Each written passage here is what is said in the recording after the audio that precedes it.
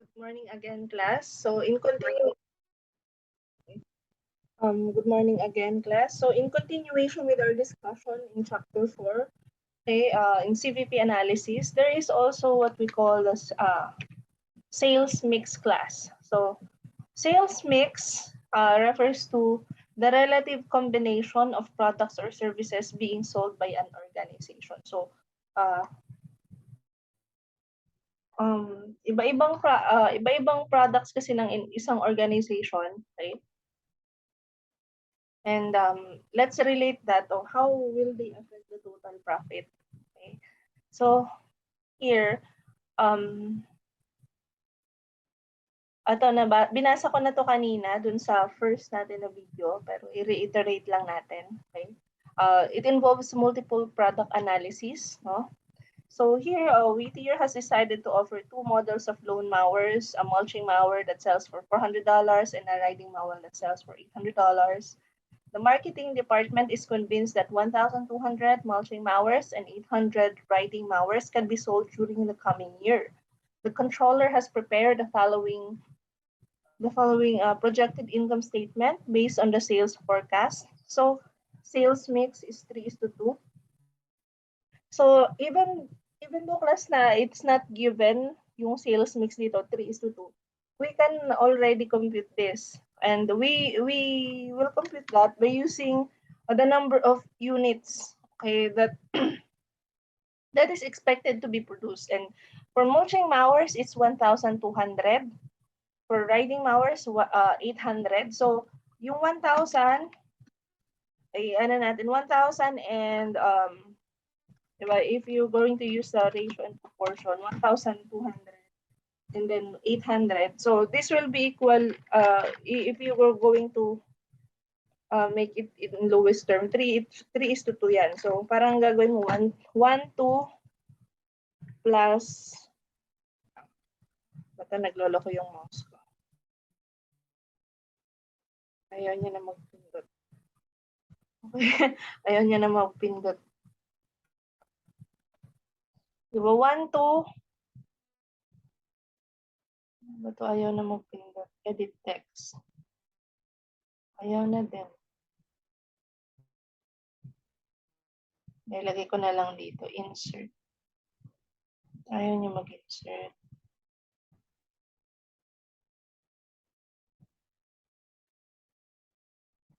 Diba, 2 plus 800 is equals to 2,000 to. Okay? Kung ang ratio niyan, 1:2. Kung 1:2 over 2,000, this is, I think, 60%. Okay, continue.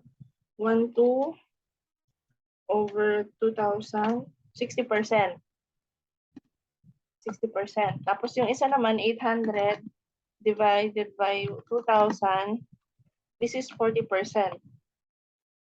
And if you are going to convert this, yung 60:40, in lowest terms, 3:2 plus. Okay, yan yung lowest terms niya. 6/4 yan eh.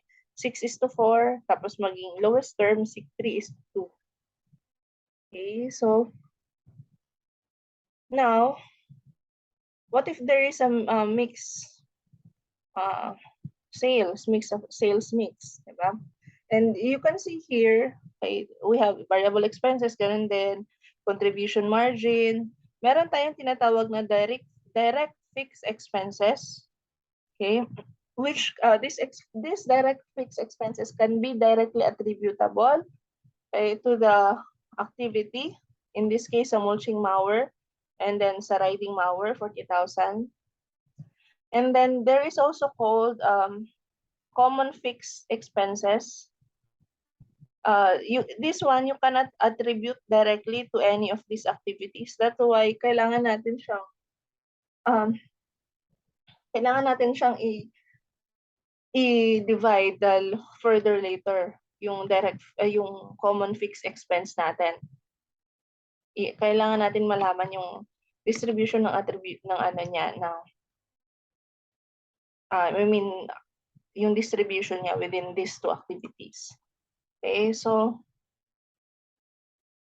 direct fixed expenses, dito kailangan natin tingnan. Hmm.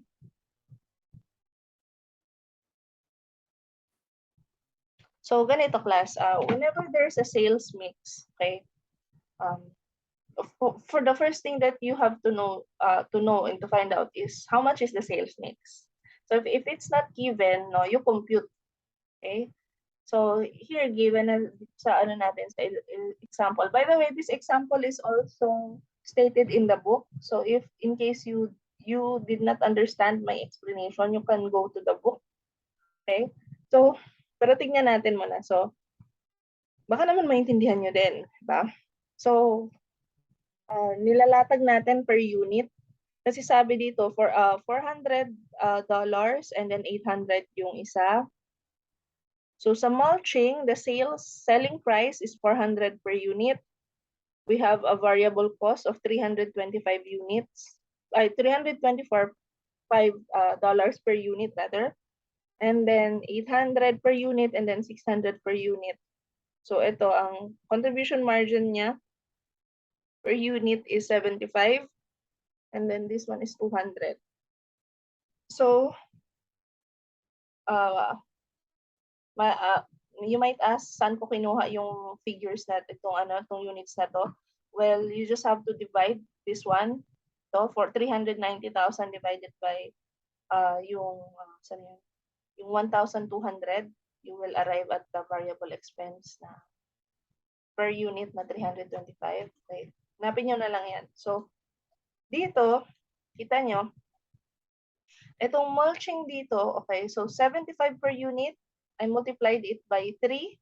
Kasi in our sales mix ratio, 3 is to 2, di ba? So 75 times 3 is equals to 225 for mulching. Okay, this is the mulching. And then 200 per unit na CMU times the sales mix of 2. So 200 times 2, 400 for writing. So ito siya. So the total package is $625, okay, combined ng mulching and writing, okay? And then you'll have to compute for the break-even packages. So, di ba, ang formula naman natin ng break-even is total fixed cost. So, dito sa ano natin, makikita natin kung magkano yung fixed cost class. So you combine the common fixed expenses, ito, 26,250, and then yung direct fixed expenses na 70,000, that will be 96,250. So that is our our fixed cost, total fixed cost. And then divide that by the packages in total. So the break-even per packages is 154 packages. Okay? And using our sales mix, no, I'll multiply that yung 154 times 3, 462 units. Ito class ha. Units ito ha. And then 154 times 308. I times 2 is equals to 300. So, if you're going to have this in a formula, ito siya class. So, remember, ang kinocompute natin dito is the break-even. Okay? So, you can see, ano ba? Kumalaw. Okay? The break-even here is wherein the operating income is equals to 0. Okay?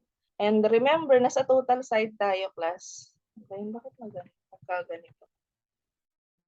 Ano nangyari sa'yo? Sorry. Nagloko yung mouse ko. Oh no. Wait lang. Let me fix this one. Okay, dito. Okay? So, you can see here, operating income is equals to 0. Okay? Ito yung common fixed expense natin. So, in the total, okay, 26,250. So, dapat, yung segment margin natin na sinatawag, ito, take note of this these terms class ha. So, segment margin is the contribution margin less the direct fixed expenses. Direct fixed expenses is our expenses that you can attribute to a set of an activity. Okay? So, yun. So, dapat ito 26,250. Okay? And to have that, magkano yung total, yung total direct fixed expenses natin, 70,000. So, nag-work back tayo, yung contribution natin na is equals to 96,200. Which is a class, no? Kung babalikan nyo dito, sana yung ginawa natin kanina. Diba? Yung sa break-even, yung 96,250 is the total fixed cost. Diba? So, sabi nga natin, when contribution margin is equals to fixed cost, okay, we are on break-even, kaya zero yung profit. So, 96,250.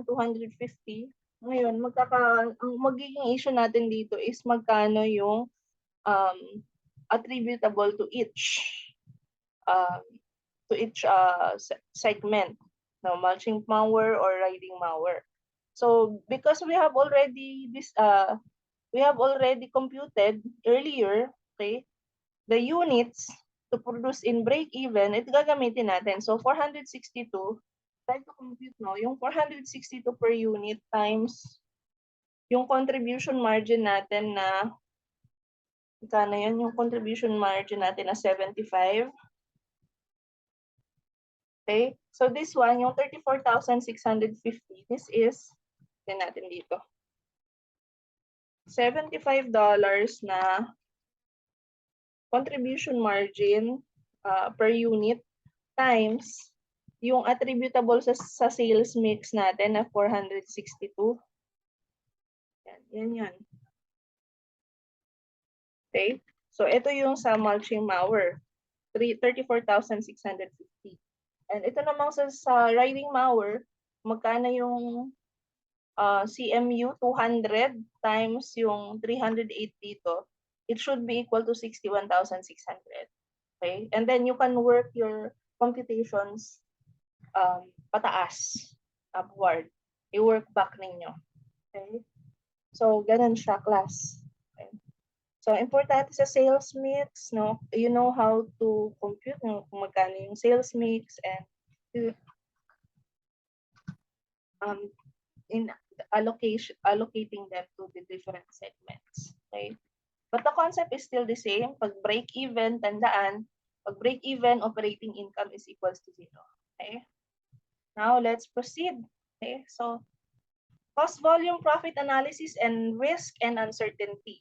Keep in mind that a new sales mix will affect the units of each product that need to be sold in order to achieve a desired profit target.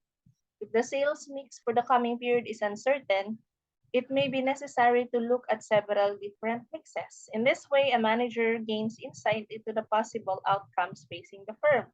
Okay, now let's go into different scenarios. Okay.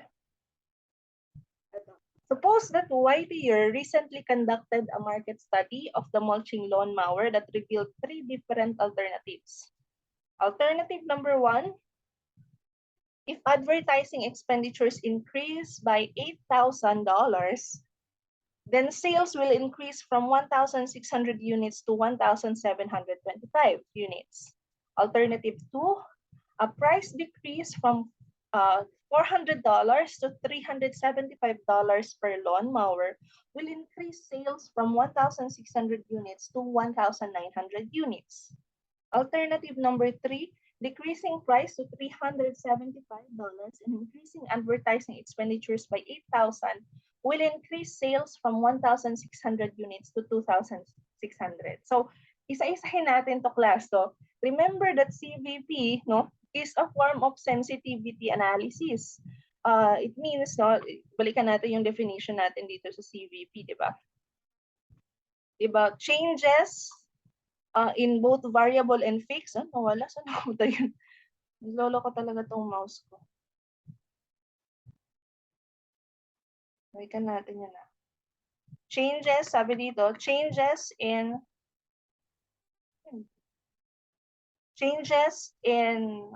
variable and fixed cost, and then yung changes in sales volume and changes in price will affect a company's profit. So therefore, titingnan natin different scenarios, paano kung nag-change, no?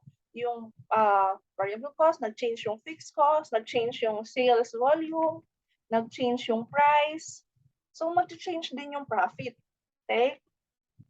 So, sana tayo yan. Oh, dito, sa alternative 1.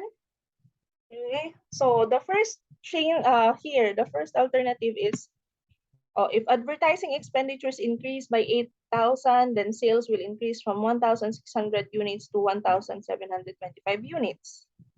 Okay, tingnan natin. Wala nga. Naglolo ko yung mouse ko. Gumagalaw siya ng kusa. So dito, sa alternative 1, so annoying. Gumagalaw siya ng kusa. Ito, alternative 1, if advertising expenditures increase by $8,000, sales will increase from 1,600 units to 1,725 units. O first question, class, diba? Advertising, is this a form of variable cost or fixed cost? So class, no? Advertising expenditures is a form of fixed cost. Alang, naglolo ko siya, ayaw niyang magpapindot. Naghang ata yung ano ko, class, yung PowerPoint ko. Oh no. Wait lang, I'll pause. Pause ko lang saglit. Okay. Okay, class. Sorry kasi nagkamulat kanina. And now we will continue with our discussion. So now we'll talk about the first alternative that we have here in our example. So if advertising expenditures increase by $8,000, sales will increase from 1,600 to 1,725 units. Now let's see, okay? So tingnan natin. So sabi dito units, so we have here, before the increase, no, the unit sold is 1,600, okay? And then times contribution margin 75.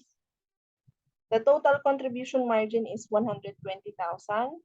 Okay, less fixed expense. We have a profit of 75,000. Okay. Ngayon, nung nag-increase daw, okay, nag-increase yung yung fixed expense. Okay. Remember class, yung advertising natin, this will be considered as a fixed expense. Okay.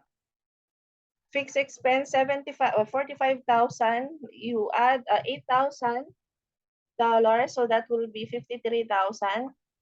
So with that, okay, sabi niya ang increase daw is going to be 1,725. So ilang units ito yung bali na dagdag. So nagdagdag, parang nadagdagan ng 125 units, right?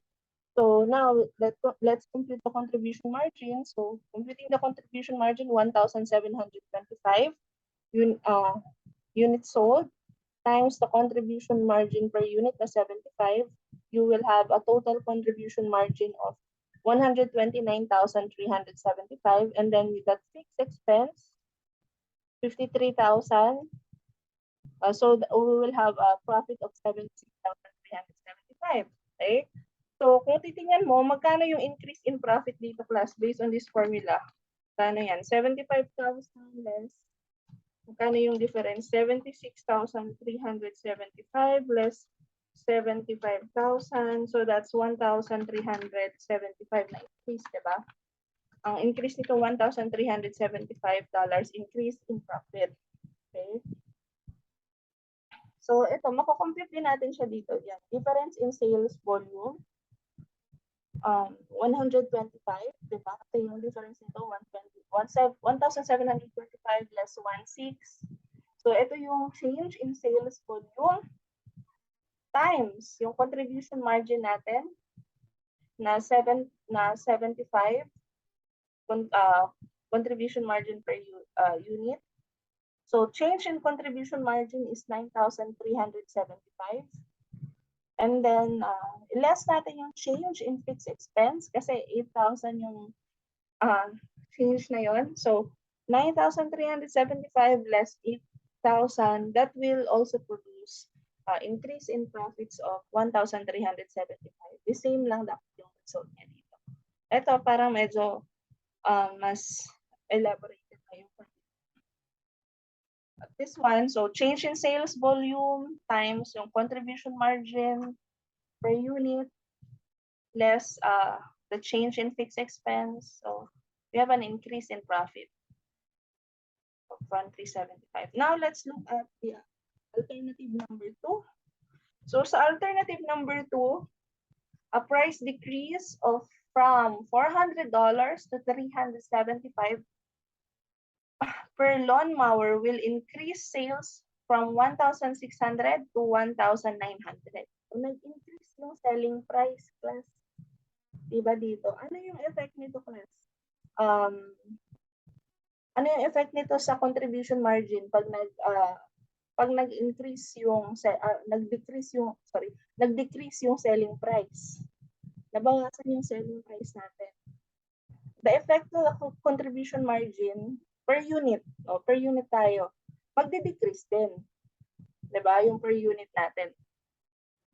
So dito, kung mapapansin niyo, sabi dito, before the proposed changes, we have the unit sold here is 1,600 times yung contribution margin natin still at 75, and then total contribution margin at 120 less fixed expense will yield a profit of $75,000. Now with the proposed changes, okay, so sabi dito magti-change yan, the unit sold magiging 1,900. Oh, nag-change ngayon yung unit contribution margin natin kasi nga nagbawas tayo ng price class. So magkano yung deduction sa price natin? $25. So magbawas din tayo dito sa contribution margin. Okay? Ng $25. So less 25 sa 75, 50 unit contribution margin, and then you multiply that with the increase in the unit sold. These are merely forecast class, ha. Kaya nga to proposed changes eh. Okay? Total contribution margin of 95,000 and then less fixed expenses 45,000 will yield a profit of 50,000. So ito, class, mapapansin niyo. So kapag kaya ano to, 'di ba tinawag na sensitivity analysis. Okay? With this alternative, is this profitable for the firm, class, for the organization? Nagbawas ka ng presyo, okay. Nag-expect ka na pag nagbawas ka ng presyo, tataas yung unit sold mo into 1,900. Is this profitable? Kita nyo naman, di ba? Dati 75 yung profit, ngayon magiging 25. So the management the managerial accountant should not push through with this change, class, because it will be unprofitable. Okay, so kita mo dito yan, change in contribution margin 25,000 negative yan, so decrease in profits. Okay, that's how to view this, class, and analyze. Dito tayo sa alternative number 3. Okay, decreasing price to $375 and increasing advertising expenditure by 8,000 will increase sales from 1,600 units to 2,600 units. So you may notice, class, that is in this alternative there is a change in two aspects. The first one is the change in the the selling price, diba? Change in the selling price, and then there is a change in the fixed cost. Tapos meron din palang change in the syempre yung effect niyan is that the unit sold will increase as well. So tignan natin, our goal here, by the way, in ascertaining these alternatives, analyzing these alternatives rather, is to analyze which alternative will produce the most profit. Okay? Sino pinaka mataas na income dito. So tingnan natin. So before the proposed changes, ang unit sold natin is 1,600 multiplied by the contribution margin of 75. You will have a total contribution margin of 120,000 less fixed expenses 45,000. So the profit ito status quo, walang nagbago, 75,000. Ngayon, with the proposed changes daw, so babawasan daw natin yung selling price. Gawin natin 375 ito from 400. So mababawasan yung contribution margin natin dito by 25, di ba? So ang contribution natin, margin natin, 75 less 25, magiging 50. Pero ang unit sold natin mag-i-increase din to 6. Tapos, 26 times 50, 130,000. And then yung fixed expense natin mag-increase by 8,000. So from 45,000 magiging 53,000. 130,000 contribution margin less fixed expenses of 53,000, we will have a profit of 77,000. So we discussed 2,000 yung increase in profit. Ito, 2,000. So, difference in profit, change in contribution margin, na $10,000, less fixed expenses, 8,000, increase in profit is 2,000. So, ngayon, tingnan natin dito, di ba? So, tingnan natin silang tatlo, okay? Saan yung pinaka-profitable? Yung alternative 1, which produce 1,375 na profit. Itong alternative 2, which is negative, definitely not in our choice. And or alternative number 3, increase in profits of 2,000. So, dito class, no, in making a decision, I think it is the wisest to decide alternative number 3 based on the figures that we were able to come up with. Okay, so 2,000 increase in profit. So, yan ang pipiliin ngayon ni managerial accountant. Okay. Ngayon, introducing risk and uncertainty, an important assumption of Cvp analysis is that prices and costs are known with certainty. This assumption is seldom accurate. Management must realize the uncertain nature of future prices, costs, and quantities. Next, managers move from consideration of a break-even point to what might be called a break-even band. In other words, given the uncertain nature of the data, perhaps a firm might break even when 1,800 to 2,000 units are sold instead of at the point estimate of 1,900 units. Managers may engage in sensitivity or what-if analysis, measures of risk, margin of safety, degree of operating leverage. Now, and speaking of this, no, margin of safety and degree of operating leverage, these are other two important concepts that we have to discuss in Cvp analysis. The first one, margin of safety. So, what is margin of safety? The margin of safety is the unit sold or the revenue earned above the break-even volume. So, a margin of safety, dito sa margin of safety, kumita na yung organization. Okay? We already earned a profit. Kasi, kumbaga, income above, the profit which is above break-even na. So, kumita na tayo niyan, class. So, there is a sort of, this is the point we're in, okay, we can be, parang meron na tayong form of security, okay, that we are not doing our activities as an organization in vain, diba? Our goal is to make profits and we are doing so. So that is the margin of safety concept, okay?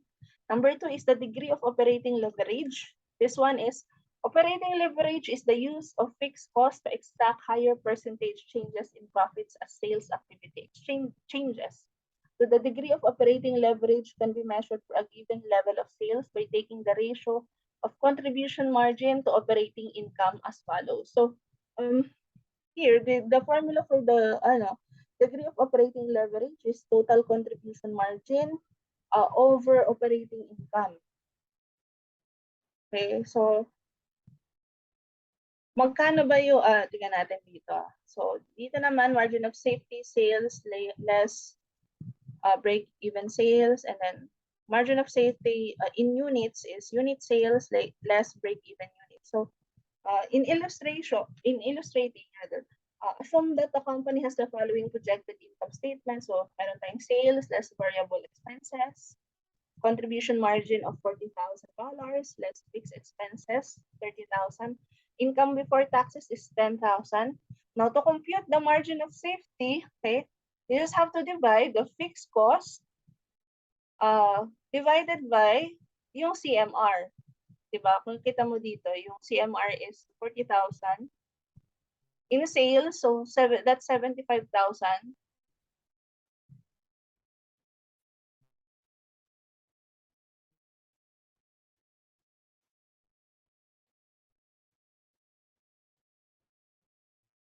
And then the margin of margin of safety in sales is less ano. So safety margin here, sorry. Ito pala is break-even point pa to. Sorry. Medyo namali ako ng sinabi. Break-even point in sales. So break-even point in sales is 75,000. Okay, so margin of safety, 100,000 less 75,000 kasi ito nga yung break-even sales ay yung 75,000. So from sales less 75,000, yung margin of safety natin is meron tayong $25,000 na margin of safety. Okay. So degree of operating leverage, now suppose that there are 25% higher than projected. What is the percentage change in profit? So, now suppose that sales are 25% higher than projected. So here, diba, let's go back to the formula of degree of operating leverage. Total contribution margin over operating income. Okay, if you're going to use that here, no? Contribution margin over operating income, 40,000 divided by 10,000, diba? Contribution margin and income yan, is equals to 4. So the degree of operating leverage is 4. Okay, percentage change, kapag nag-change yung profits, okay, kapag nag-change yung sales, nag-change yung sales by 25%, gaano yung change in profit?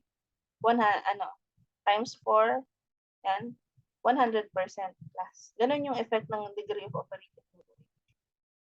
Okay? Magkano yung magiging change in profits if there is a percentage change in sales? Okay, that's so proof. So sales 125,000 less variable expenses, contribution margin and fixed expenses 20,000. Degree of the income before tax is 20,000. But so ilan yung change dito? So dito mako-compute natin yung operating leverage na 50,000 divided by 20,000, di ba dito is ang operating leverage natin dito is 3, right? Kasi 50 divided by 20 is equals 3. So ngayon, let's say nag-change ito. Complete natin. Lagay natin ng figures dito. May iba. Meron ba dito sa exam? Kailangan check ko kung meron ditong change. Okay, proof.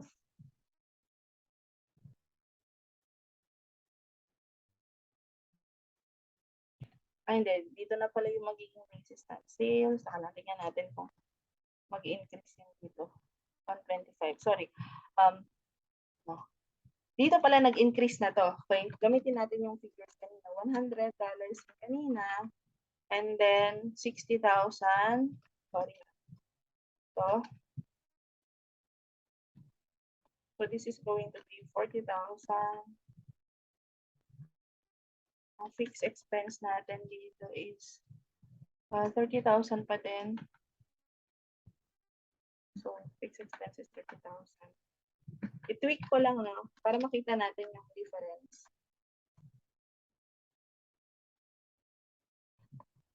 Dito, ang operating income natin 10,000. Dito, 20,000. So, sorry. Ibahin natin to. So, dito, ang operating leverage natin is 4. So, nag-increase ngayon. So, ilan yung percentage ng increase dito? 25, let's say, nag-add siya ng 25%. So, may increase na 25% plus pay sa sale. So, ang gagawin na lang natin kung nag-increase ito ng 25%, kahit hindi mo na kailangan ito lahat. Okay?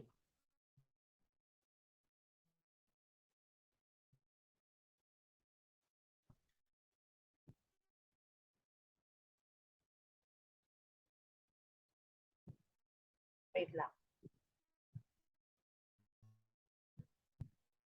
Ano yan? Okay, wait lang. So, hindi mo na kailangan i-compute itong lahat na dito. Ay, diba? Yung 20, kung halimbawa nag-increase, sabi natin sa problem, nag-increase ng 25%, diba?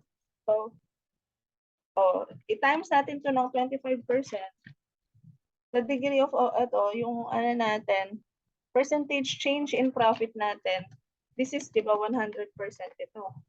So, ito, from this one, paano ba yung increase in 100%? Diba, you have to double this one, ang increase ng 100%. So, double mo to, yung increase, so, 100%, magiging 20,000. Diba, without having to compute plus yung buong formula. So, same lang yan, mag-increase mo. 5 to, and then this one is, ano na ito? So 125 less, 50, 75,000.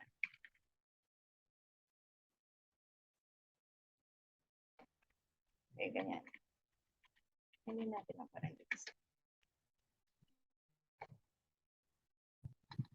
Okay? Hindi natin.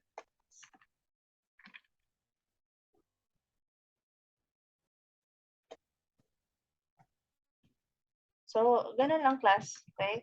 Yung effect ng degree of operating leverage. Okay? So, that's it. I hope that you learned something even though ganito lang yung setup natin. Sana natuto kayo and apologies if meron tayong mga difficulties na na-encounter. Okay, so thank you class and see you on the next topic.